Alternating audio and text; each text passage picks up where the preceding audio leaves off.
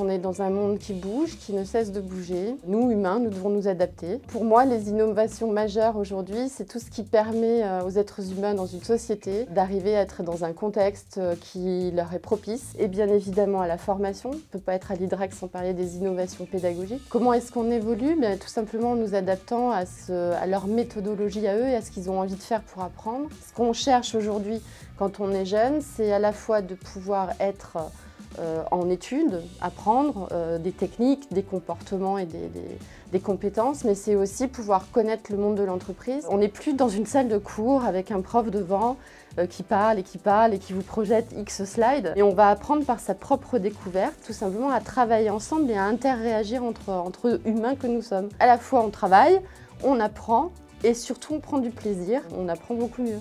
Et beaucoup plus vite. On a mis en place tout un programme de formation, d'ateliers et de rencontres et de conférences qui s'appelle Révèle-toi et qui permet en fait à tous nos jeunes de pouvoir comprendre avant même de mettre les pieds à l'intérieur ce qu'est une entreprise. Qu'est-ce que c'est qu'un CV? Comment je dois le bâtir? Quels sont les codes interpersonnels de l'entreprise? Être autonome, ça veut dire déjà bien se connaître. Et le projet Révèle-toi, c'est de dire, tu n'as pas forcément aujourd'hui les compétences techniques, tu n'as pas encore appris, tu n'as pas fait l'école, tu n'as pas ton diplôme, mais par contre, tu es toi. Donc, ils vont avoir un certain nombre de professionnels en face d'eux qui vont leur permettre de travailler sur tout ce qui est développement personnel, c'est-à-dire comment je me présente, quelles qualités, quel savoir-faire et quel savoir-être aussi je peux démontrer en entreprise. Ça permet à nos jeunes de découvrir que ce sont des super-héros et que c'est tout autant de qualités qui vont renforcer leur confiance en eux et c'est plus facile pour développer leurs compétences en entreprise.